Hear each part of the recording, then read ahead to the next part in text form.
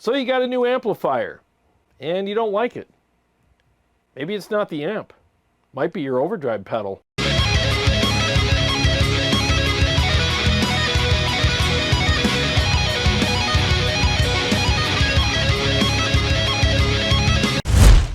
Thanks for joining me for today's Riffs and Responses episode. This is where I read and respond to your questions and comments, and I play some riffs and maybe even a mix or two on some of my amps or some digital gear as well. By the way, this episode is brought to you by ToneWars.com. Yep, that's my website. I sell presets and profile packs on there for the Quad Cortex, the KEMPER, and for ToneX.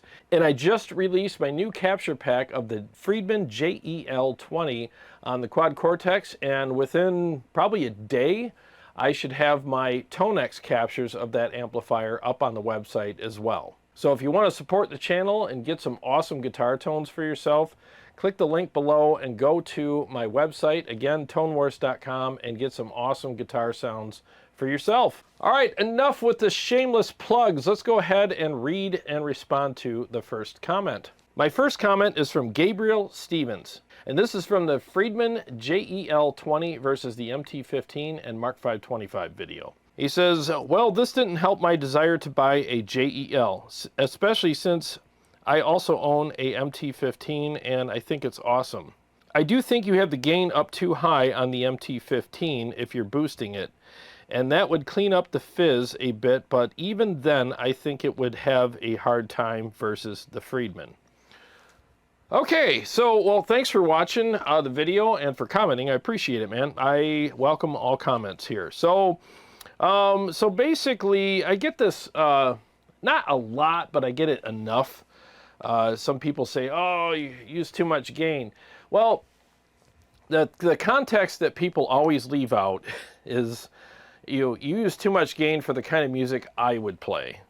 I play metal. Metal is a high gain type of genre, you know, and I have the gain at noon on the MT15, so that's not too high. I mean, I could easily push it to 3 o'clock on that amp, but I didn't. I have it at noon. And bear in mind, I play rhythms and leads on that channel, so I have to find a sweet spot to serve both purposes. And in my opinion, the gain's not too high, but it, you know, it's all subjective, and again, it's for the kind of music that I play.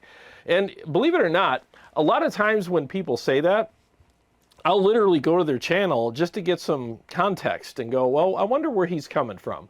And I'll watch them play, and they're playing like bluesy stuff or, you know, classic rock or something, and nothing wrong with that, but it's like, well, of course you think I use too much gain. I mean, you're playing blues, you're playing classic rock, or, you know, just some chords or whatever.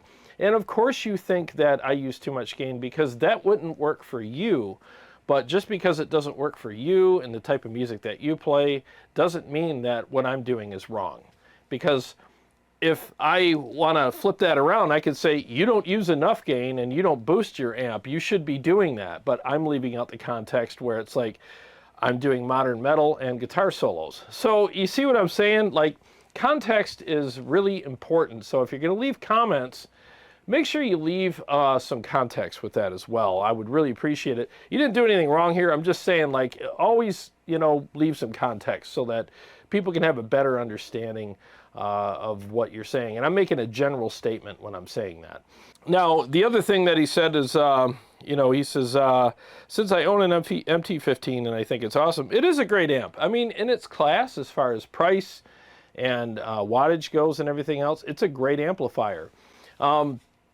But, you know, Gabriel, the thing is at the end, you said, let's see here, even then I think it would have a hard time versus the Friedman. Well, there you go.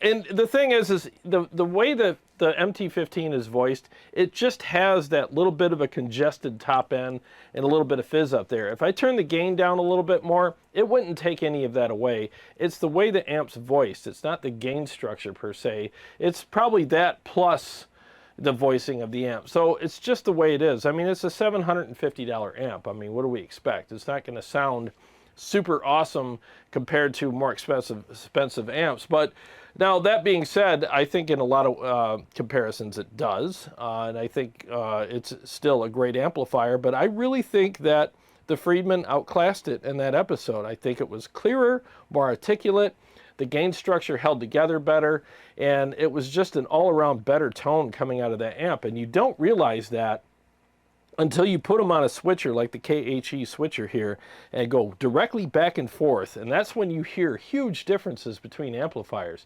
You can really hear the congestion and the fizz and maybe some nasally qualities in some of these amps.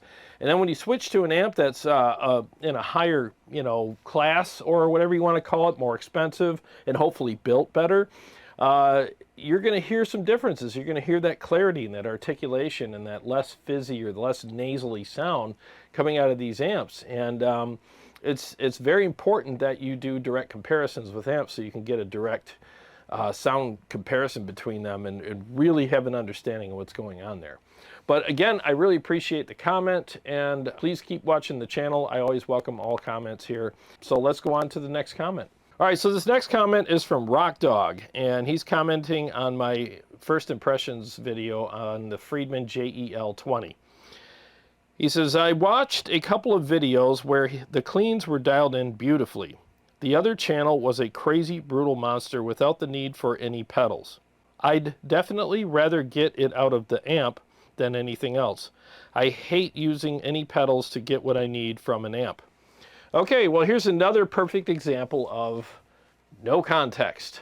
So I went to Rock Dog's channel and watched a few videos to just get some more information so that, again, I can have context about his comment here. And he plays really like older bluesy riffs, and they're just bendy notes and really simplistic kind of bluesy stuff, Nothing wrong with that. I'm just saying this is what I saw. Not judging, or I'm not disparaging anything that he's doing. And you know what? There's some pretty tasty stuff going on there. I liked some of the riffs, and it was pretty cool. But I can see why he doesn't want to use an overdrive pedal to get what he needs out of the amp, because he's not playing anything that requires an amp to be tight and aggressive and super responsive. I mean, when you just bending some notes and just kind of doing some vibrato and just doing some simpler kind of tasty blues riffs, you don't need all that. So it's perfectly understandable why he wouldn't want to use an overdrive pedal.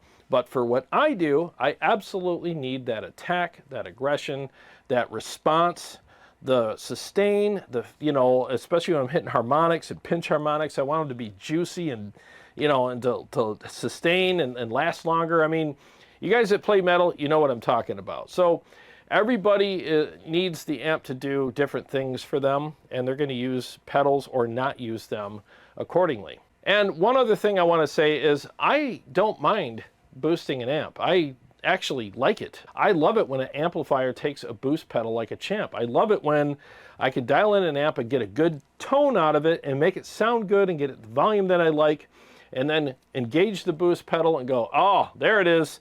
That's that extra little push that I needed to make it feel better for me. I'm not trying to get it to sound better. I'm just trying to get it to feel better and be more responsive.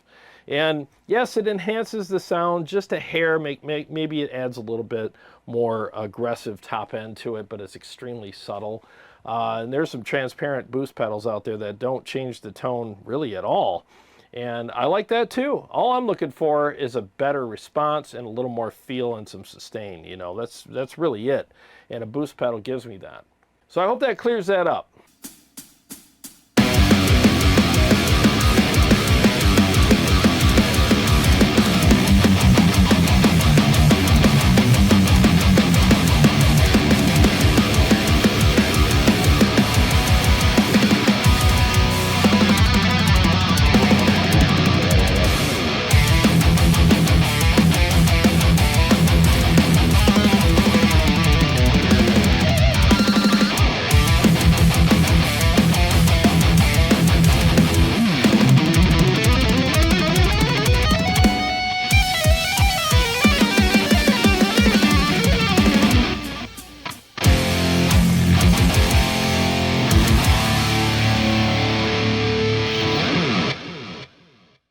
Oh man, that Red 7 Leviathan, that was channel 1 in hot mode. That amplifier is freaking amazing. Every time I fire that amplifier up, I'm reminded of how good it is. Those Italians, they really know how to do their stuff, man. That and the Mesa Badlander, Italian-made amps, and them guys are real passionate about their craft, and you gotta appreciate them guys. Anyways, here's another comment that I thought was pretty interesting. This is from Guitar Expert 2245, and this is from my Friedman JEL20 First Impressions video. Don't care for EL84 tubes. Don't know why Marshall can use EL34 in their little amps, but Friedman can't do it. You know, that's actually a really interesting point. I mean, you got the MT15 here with 6L6s in it, and then you have, like what you said, the Marshalls with the EL34s. So why can't other amp builders put EL34s or 6L6s in their smaller amplifiers? It's actually a really good question. You know, I mean, somebody as smart and as experienced as Dave Friedman is, you'd think that he would be able to just figure that out. I mean, I'm not saying he can't figure it out, but I wonder why he doesn't put the EL34s in the JEL20 as opposed to the EL84s. I mean, EL84s do have a bit of a bad reputation of breaking up early and falling apart at higher volumes and stuff like that, where the EL34s and the 6L6s, even in the smaller amps, or actually especially in the smaller amps, you just get all this headroom out of it. So I don't know why Dave didn't put those in the Friedman JEL20, but maybe there's some reasons for it. I mean, who knows? I mean, I'm definitely not an amp builder, and I wouldn't know how to make heads or tails out of an amp schematic. So, but that is a good question. I wish somebody would ask him that, you know, like, hey dude, why don't you make some smaller amps with EL34s or 6L6s in them? So hopefully that might take off in the future and become a new trend in the lunchbox amps. We'll get away from those EL84s and get into 6L6 and you know, EL34 territory, maybe even KT88 territory. Wouldn't that be nice? I don't know how that would work. I might be talking out of my ass when I say the KT88s, but we know it can be done with the EL34s and 6L6s, so hopefully that will become something that becomes common very soon. All right, this next question is from Sheldon Benedictson. I think that's how you pronounce it. This is on my Warm Audio Oddbox review video. He says, seems like the Oddbox would be good with the Badlander since it doesn't take a lot of low end out. You know what? I think that's a great point. And well, I got the Badlander here, so let's see how the Oddbox works with the Badlander, because one of my biggest complaints with the Badlander is it's a little empty. Now, it does have low end and it has a good amount of it, but there's like this little bit of a hollowness to the amplifier that's always bugged me, and that's one of the reasons why I put it on the chopping block and did that keep it or sell it video with it. But maybe with the right overdrive pedal, it might save the amplifier. Now, I'm probably still going to sell it because I just want to make room for on my shelves for different amps and stuff. But let's just see if a different overdrive pedal can really make a difference. So let's go ahead and start out with the Mud Killer, which has been kind of my, you know, bit of a mainstay pedal on the channel. And we'll go from that to the Oddbox and just see how it changes the sound. So we're going to go ahead and start off with the Mud Killer and switch to the Oddbox and see what the difference is.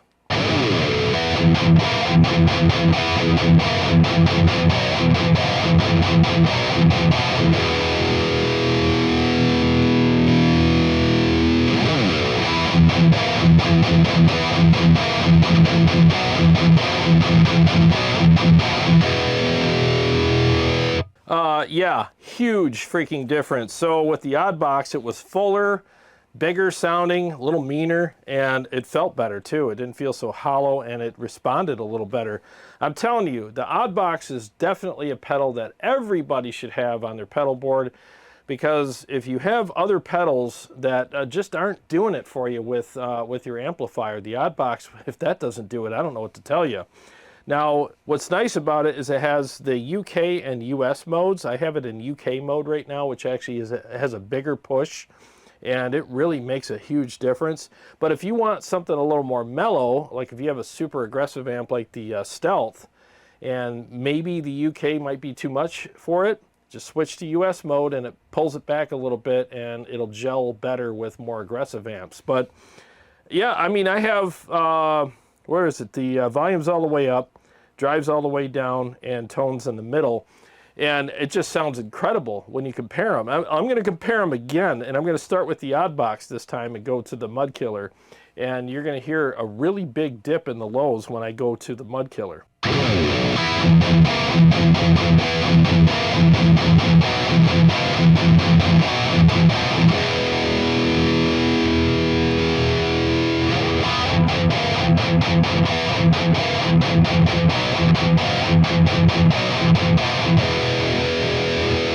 Really big freaking difference. Now I have, where's the mud control knob? Let me turn the mud control knob all the way down to fat and see if that helps the pedal out. So we're going to start with the Mud Killer this time and then go to the odd box.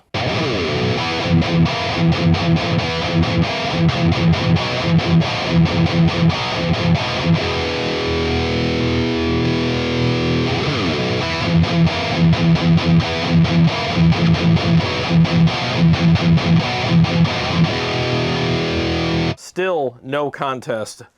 The odd box completely annihilates the Mud Killer with this amplifier. So if you have a Badlander or something that's really sculpted and you just, every time you hit it with your overdrive, you're kind of like, man, I just wish it wasn't so thinned out, get the odd box from Warm Audio. It really does make a difference. And you know what's odd is like, okay, so it's retaining a lot of the low end, so you think the amp's still going to be flubby and unresponsive. Not true at all. It slams the front of the amp really hard, so you retain a lot of great low end and fullness, but you also get that nice attack and that aggressiveness and the response that you're looking for as well. So at no sacrifice do you get all that. So I really like that. And it really makes the amp sound bigger and meaner and fuller. This could probably save some amps out there for people that buy amplifiers and they hook it up to their standard overdrive that they've had for years that works with their previous amp, but might not work with their new one, and they blame the amplifier. I'm like, man, why? Man, this amp sucks, you know, it doesn't work. It's like, well, it might be your overdrive, dude. That's why it's always good to keep a bunch of different overdrives. And I said this in my live stream last night as well. Every time you get a new amplifier, you should shop for a new overdrive pedal as well if you don't have a collection anyways. Just, you know, buy, it's an accessory, you know? I mean, like women buy clothes, you know, they get a new outfit and they got to get new shoes with it or whatever. Consider your overdrive pedal a new pair of shoes for your outfit, for your amplifier, you know? So try out a few overdrives with your new amplifier before you blame the amp for not sounding like you hoped it would. And I'm sure you're going to find something that's going to work for it. And I'm telling you, this odd box is going to save a lot of people from selling amps. It really is. It just sounds incredible. I can't believe how good it sounds with the Badlander. I mean, did you hear how empty it sounded with the Mud Killer? Even with the chugs, there was this hollowness going on. And then as soon as I switched to the odd box, all that fullness and warmth came back. So while we're on this topic, let me mess around with the odd box a little bit more. Again, I have it in pretty standard settings right now. So let me mess with the tone knob a little bit and see if I can get it to sound even more aggressive.